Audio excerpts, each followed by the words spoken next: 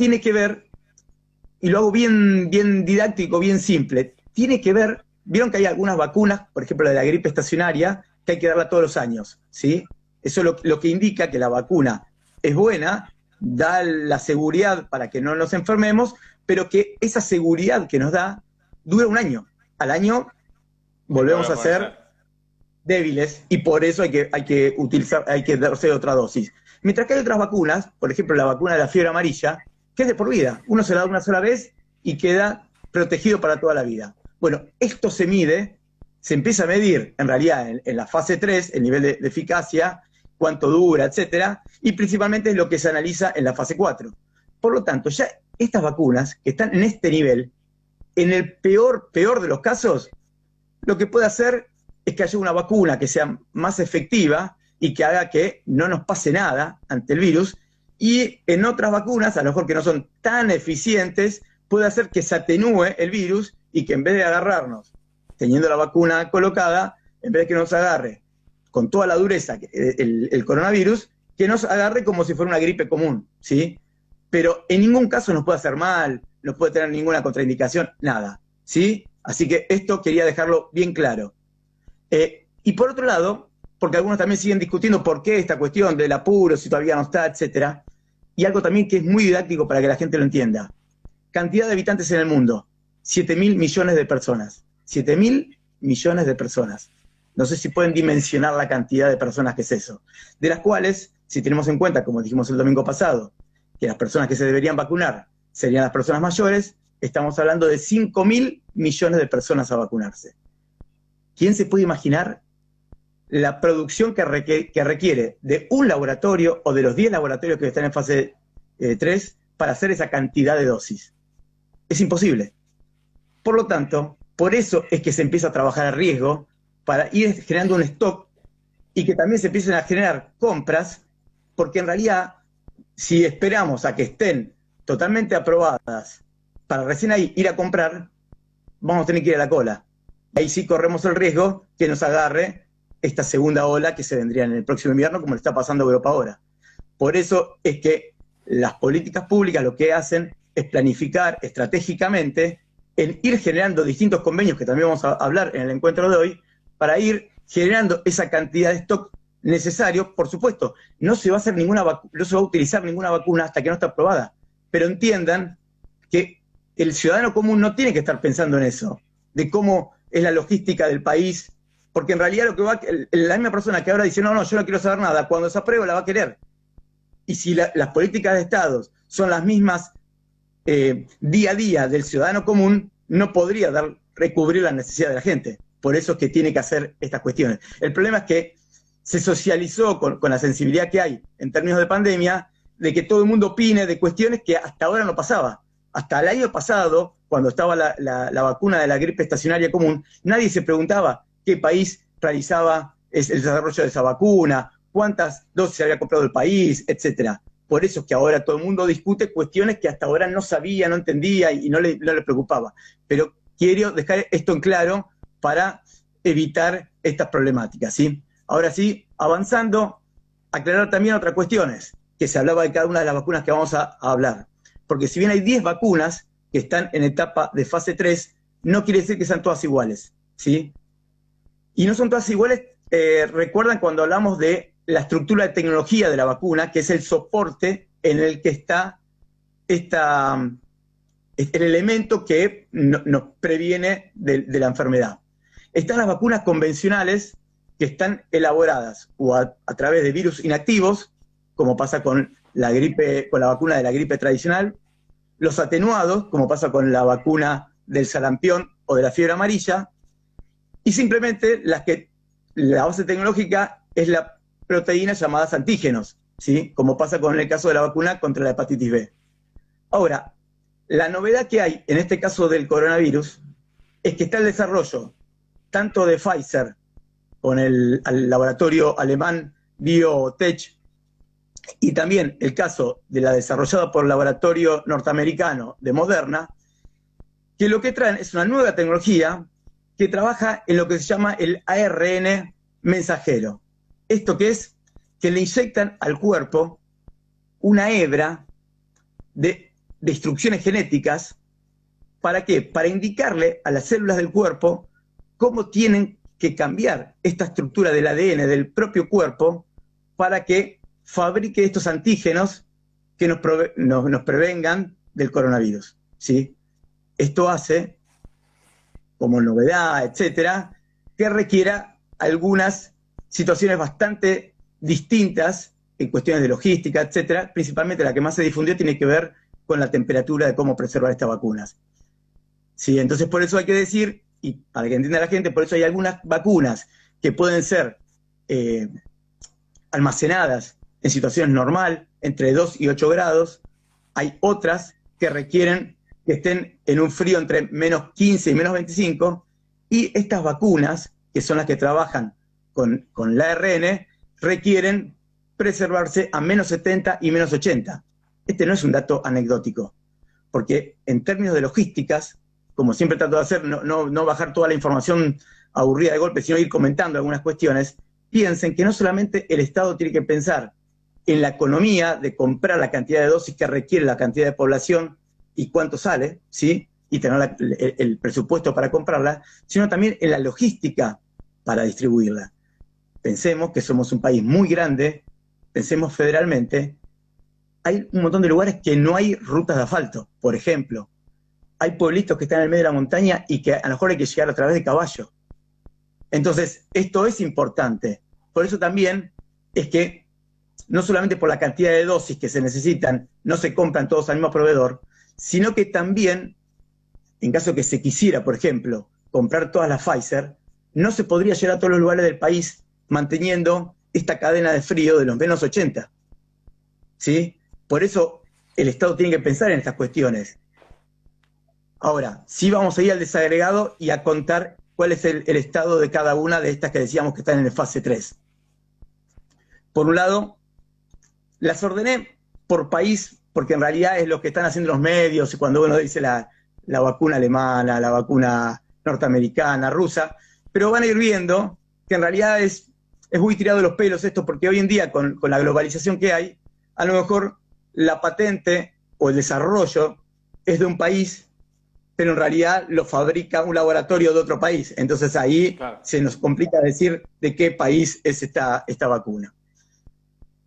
Entonces empezamos por Estados Unidos y yo, para esto que acabo de decir, lo que tomo es de qué país fue el desarrollo, más allá de quién después la termine fabricando.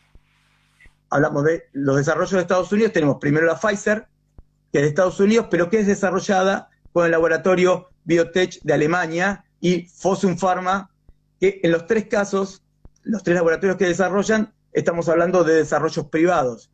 Y esta aclaración yo la hago por lo que vos dijiste en un momento de la presentación, que yo siempre trato de hacer muchas aclaraciones en términos de lo científico, que da cierta seguridad de cuál es la metodología científica. Entonces, acá hagamos una separación entre todo lo que yo lo que decía el domingo pasado acerca de la seguridad que da a los artículos científicos, etcétera, y los anuncios que vos contás que se hicieron esta semana. Claro. Los anuncios que se hicieron esta semana, de ambos casos, tanto de la vacuna etiquetada como vacuna rusa, como la vacuna norteamericana, Pfizer, en realidad son anuncios, si se quiere, marketineros, por poner algún tipo de rótulo, pero no podemos clasificarlos como anuncios científicos. De hecho, no fueron, tanto por la diferencia de criterios, como también porque no son publicados en revistas científicas. ¿Sí? Por eso es que la rigurosidad que tienen son discutibles. Por lo menos pongamos ese mote de discutibles. ¿Sí?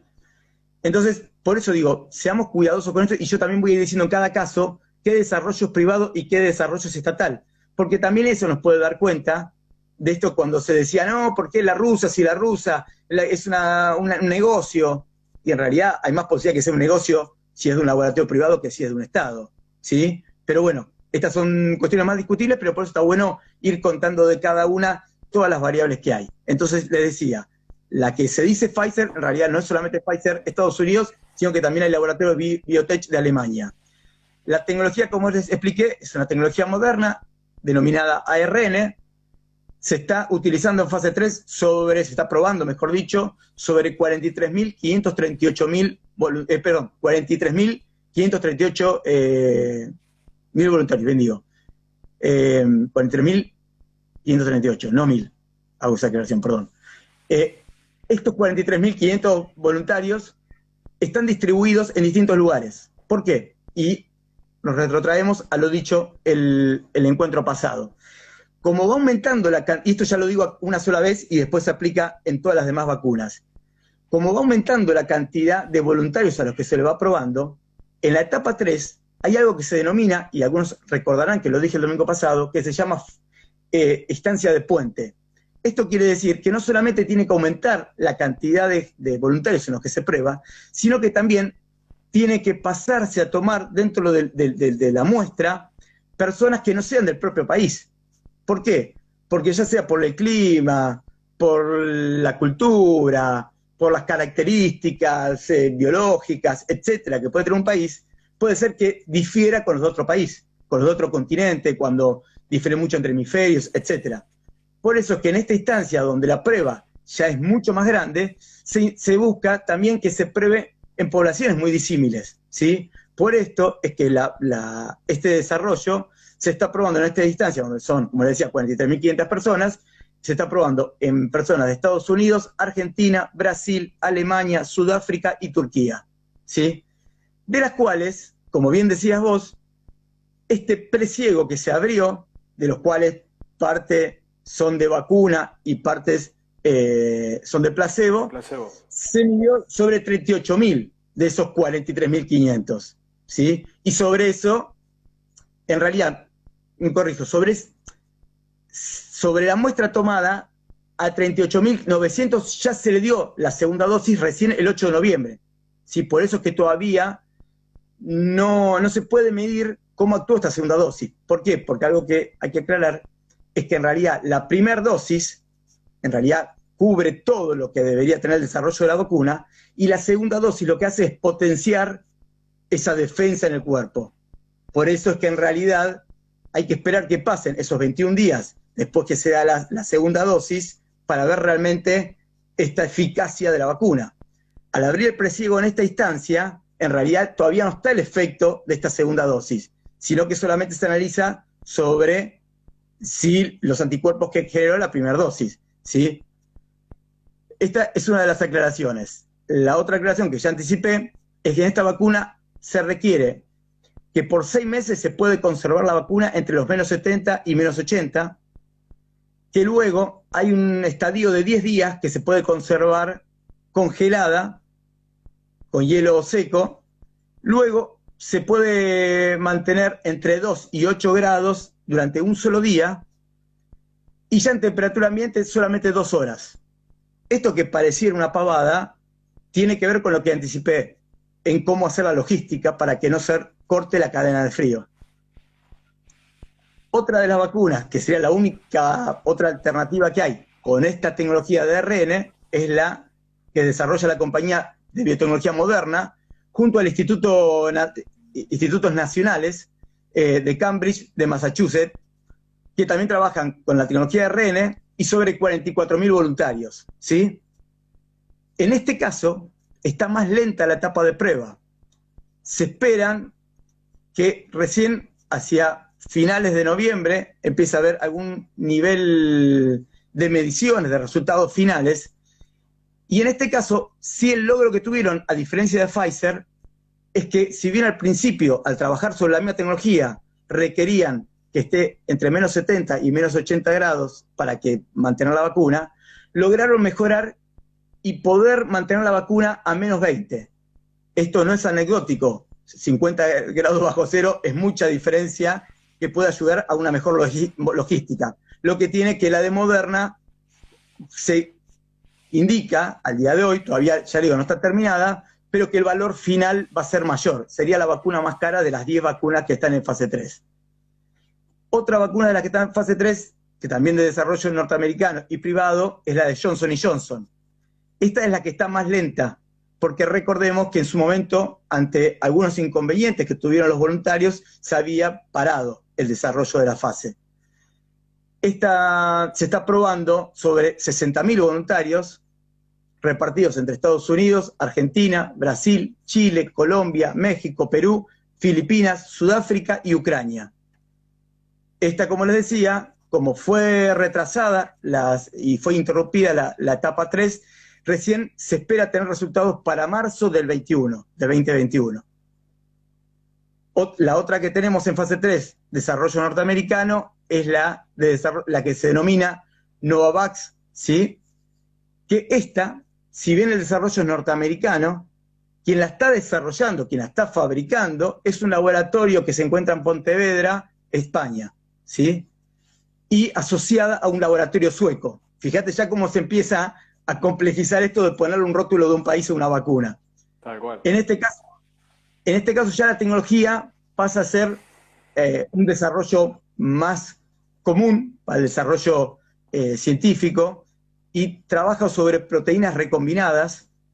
Esto también, otra cosa que hay que decir, es que, porque van a empezar a ver ahora cuando yo vaya diciendo los números sobre cuánto se prueban, ¿por qué las dos que dijimos primero se prueban sobre más cantidad de gente que las que vienen ahora? Porque en realidad, como la tecnología es nueva, también requiere mayor índice de pruebas.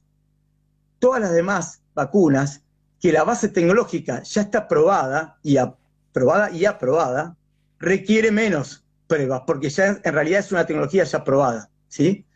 En este caso, que les decía que la base tecnológica, la de proteínas recombinantes, está aprobada sobre 30.000 voluntarios de Estados Unidos, México, Reino Unido y Puerto Rico, y también tuvo algunas interrupciones y algunos retrasos. De las que está desarrollando Estados Unidos sería, junto con la de Johnson & Johnson, las que están un poquito más atrás en esta carrera por llegar a tener la primera aprobación.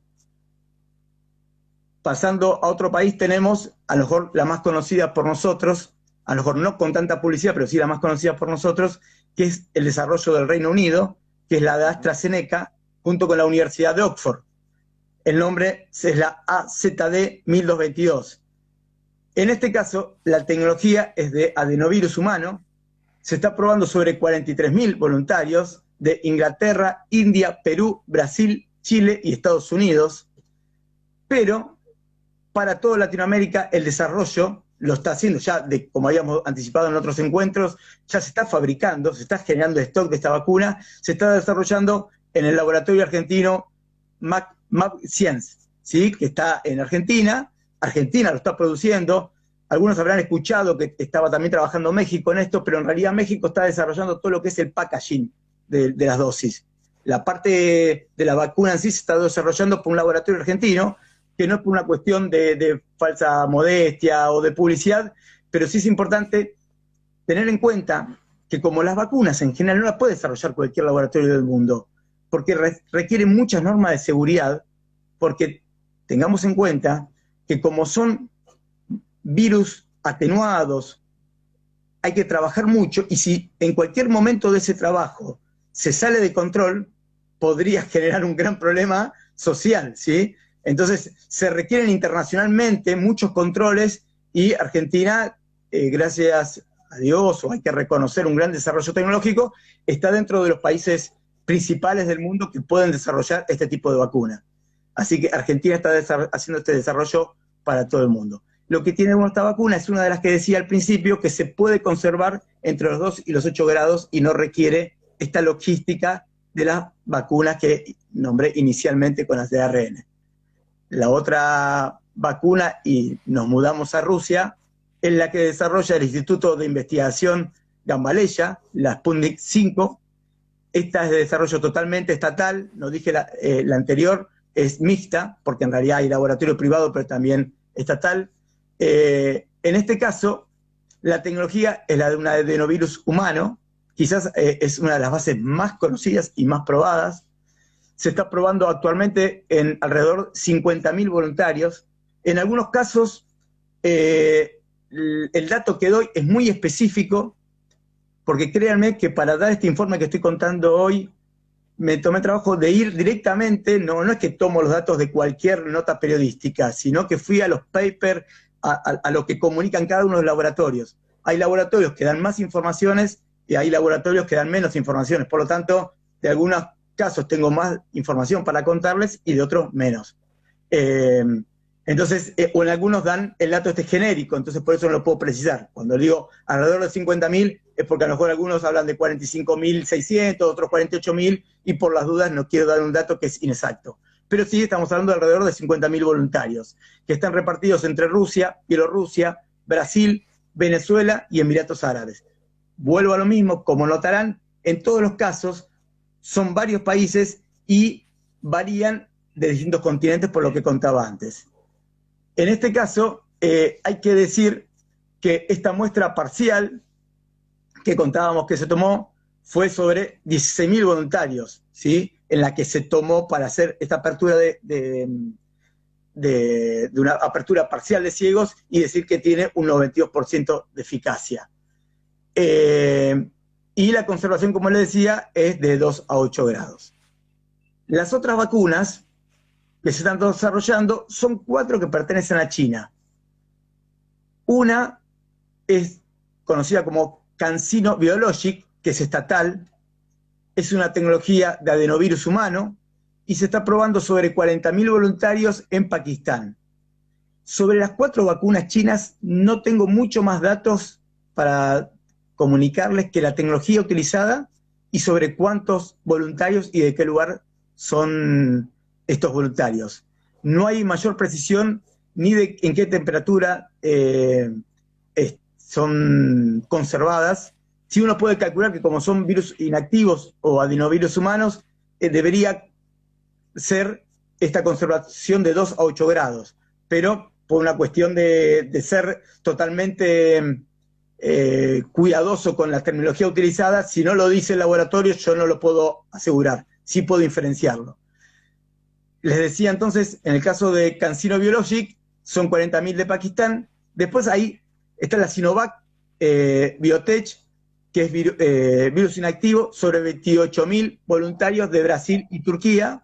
Después está la Sinopharm Beijing, que es estatal, la de recién la Biotech es privada, y es virus inactivo sobre 18.000 voluntarios, y está aprobada en Emiratos Árabes y en Argentina.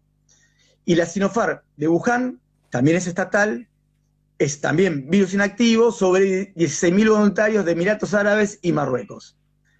Ahora, una aclaración que quiero hacer: algunos medios han publicado que habría otra vacuna que estaría en fase 3, que es la vacuna india. Según la Organización Mundial de la Salud, no la reconoce como que está en fase 3. Y para la Organización Mundial de la Salud, el desarrollo indio está en fase 2. Por eso hago la aclaración de esta situación, ¿sí?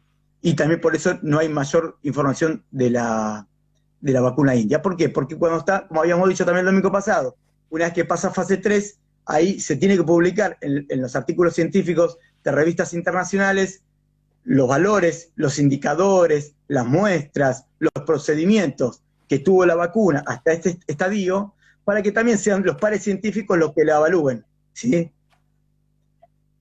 Ahora también, no, antes de cerrar esta estancia, el cual sí ya recién describí la situación de las 10 vacunas, pero comentar a título de noticiero local, noticiero argentino, es que hay 2 desarrollos de vacunas argentinos.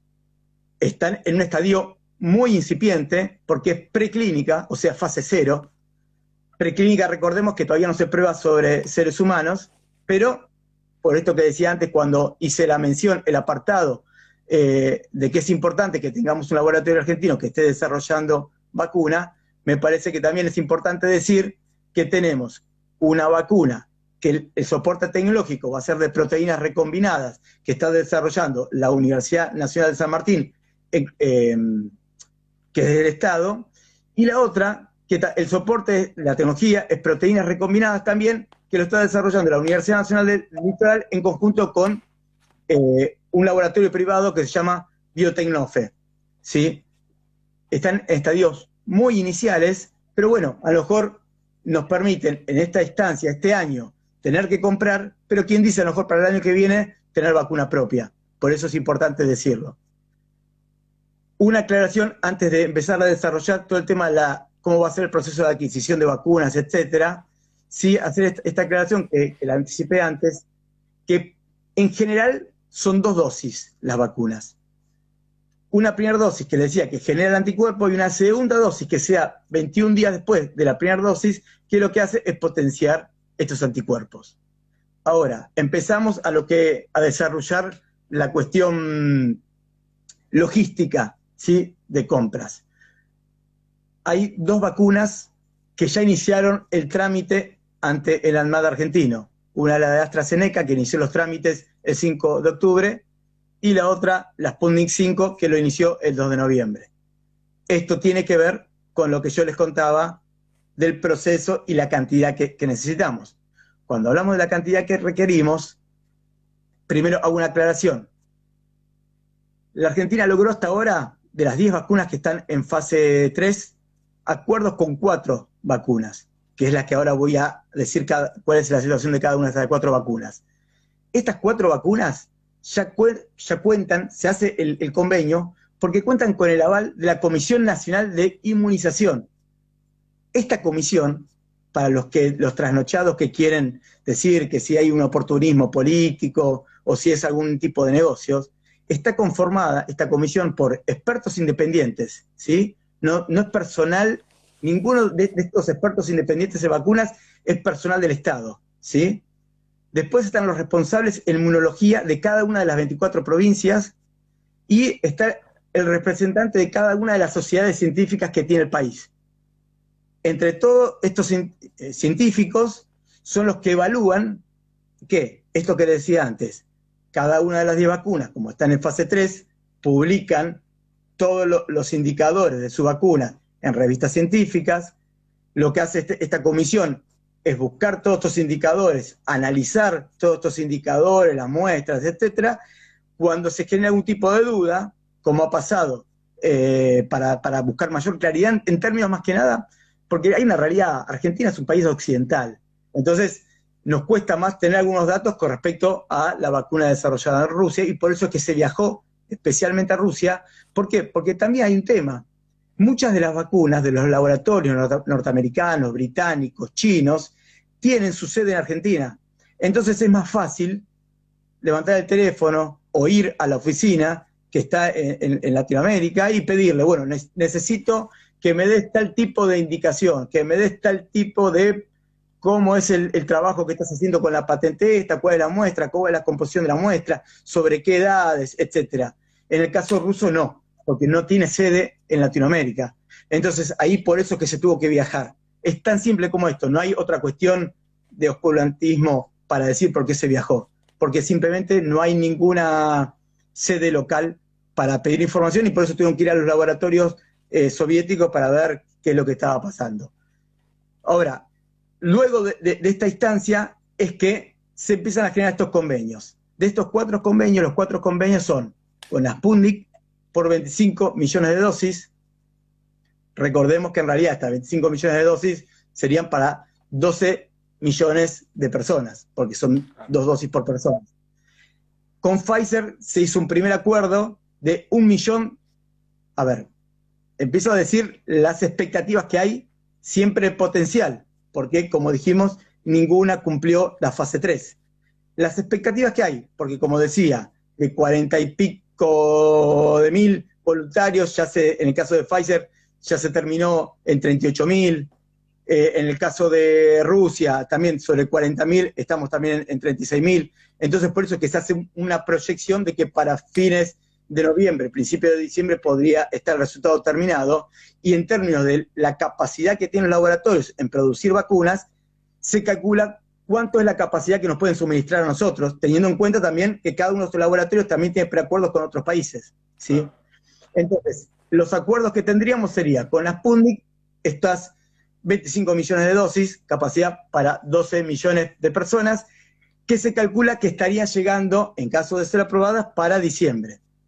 También para diciembre podríamos tener, en caso de tener aprobado Pfizer, otro 1 millón de dosis de Pfizer, con otra segunda tanda de 2 millones entre enero y febrero. En total, por lo tanto, serían 3 millones de Pfizer. Después hay un mecanismo que se llama COVAX, por si alguno también escuchó y no entendió qué era el COVAX, porque dirán, ¿qué es el COVAX? ¿Un laboratorio? No lo nombré como laboratorio, porque el COVAX en realidad es un mecanismo solidario que hay entre todos los países del mundo, para que en realidad oficia de intermediario la Organización Mundial de la Salud y lo que hace es generar un pool con todos los laboratorios que tengan la aprobación, consigue una cantidad X de vacunas y las reparte equitativamente a todos los países del mundo. Por este mecanismo solidario, Argentina podría tener para febrero otras 9 millones de vacunas.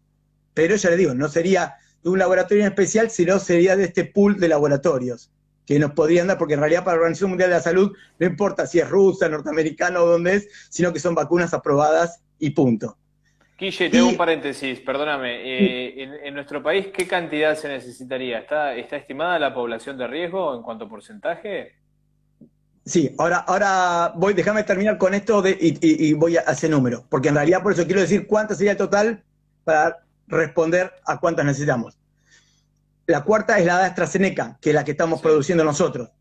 Como la estamos produciendo nosotros, justamente, recordarás que lo hablamos el domingo pasado, que como se hacen convenios de poner voluntarios para tener mayor cantidad en algunos casos, en otros casos uno lo que dice, bueno, yo pongo la capacidad de laboratorio también para tener mayor cantidad. Digo, esto lo aclaro porque también algunos me han preguntado, generó alguna confusión.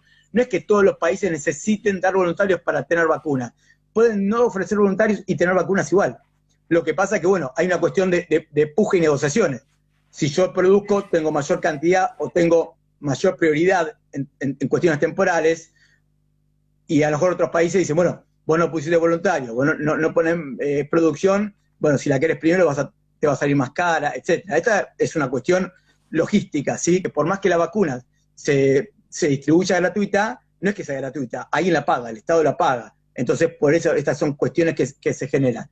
Argentina, como produce, dentro de este acuerdo, lo que nos permite es que la AstraZeneca tengamos 22 millones de dosis. O sea que después de las 25 millones de dosis de la Sputnik, de la que tendríamos más sería la de AstraZeneca. Pero estarían recién para marzo, ¿sí? Entonces, ahí empiezo a responder tu consulta. Población de riesgo de más de 60 años sería el 12% de la población del país, que son 5 millones de personas. A eso le tenemos que sumar que tenemos los trabajadores de salud y la fuerza de seguridad. Por eso es que está esta necesidad, y también tiene que ver con lo que, recordás que una de las personas que nos estaba viendo el programa pasado, el anterior, perdón, y nos consultaba si teníamos posibilidad del rebrote que estábamos teniendo en Europa, y yo conté que en realidad por eso el apuro de las vacunas, porque en realidad como nosotros venimos ganándole al tiempo, si tendríamos la vacuna entre diciembre y enero, y podríamos vacunar, podríamos anticiparnos a esta segunda ola del invierno cuando llegue acá.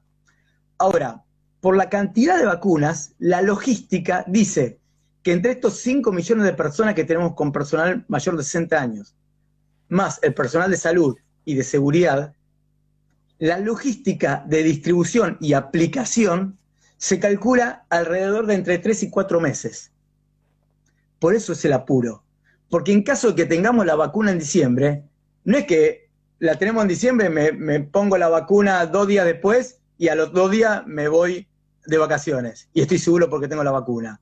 Primer punto, aclaremos, si son 2 dosis, de la fecha que uno se la aplica son 21 días hasta la segunda, desde la segunda son otros 21 días y recién ahí uno estaría con la capacidad máxima de protección de inmunización. O sea que ahí tenemos 40 días, más o menos. Ahora, imaginémonos que no toda la población, primero principal, en esta primera tanda se van a vacunar estas personas, no todos. Y a su vez, dentro de este bloque de 6 millones de personas, habrá algunos que les tocará, en suerte, ser los primeros, y otros que serán los últimos. Por lo tanto, en caso de que la vacuna, jugando a esta cuestión de imaginarnos, en caso de que se dé la especulación de que tengamos la vacuna para diciembre, que llegue en diciembre, se empiece a vacunar en diciembre, de este grupo de personas, que son las que tienen prioridad, las últimas personas se estarían vacunando alrededor de marzo. Por lo tanto, la capacidad inmunológica la tendrían recién en abril. Por eso es que es a lo que se apuesta, porque de esa manera estarían protegidos para cuando viene el invierno.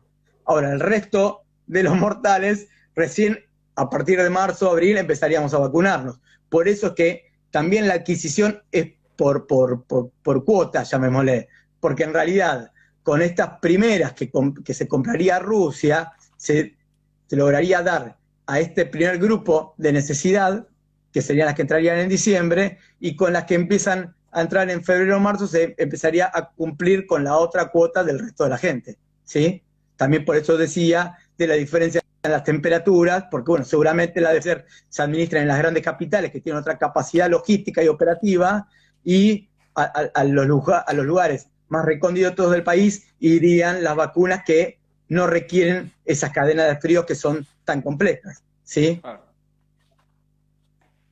Está perfecto, está No sé aclarado. si hay Sí, sí. alguna pregunta que se generó del público. No, una pregunta que creo que vos lo aclaraste era si era cierto que a partir del 23 de noviembre comenzaba a fabricarse aquí en nuestro país. Es una de las informaciones que había circulado en algunos medios. ¿Cuál vacuna? La que se fabrica en el país es la de AstraZeneca y ya se está Y ya produciendo se está a riesgo. haciendo.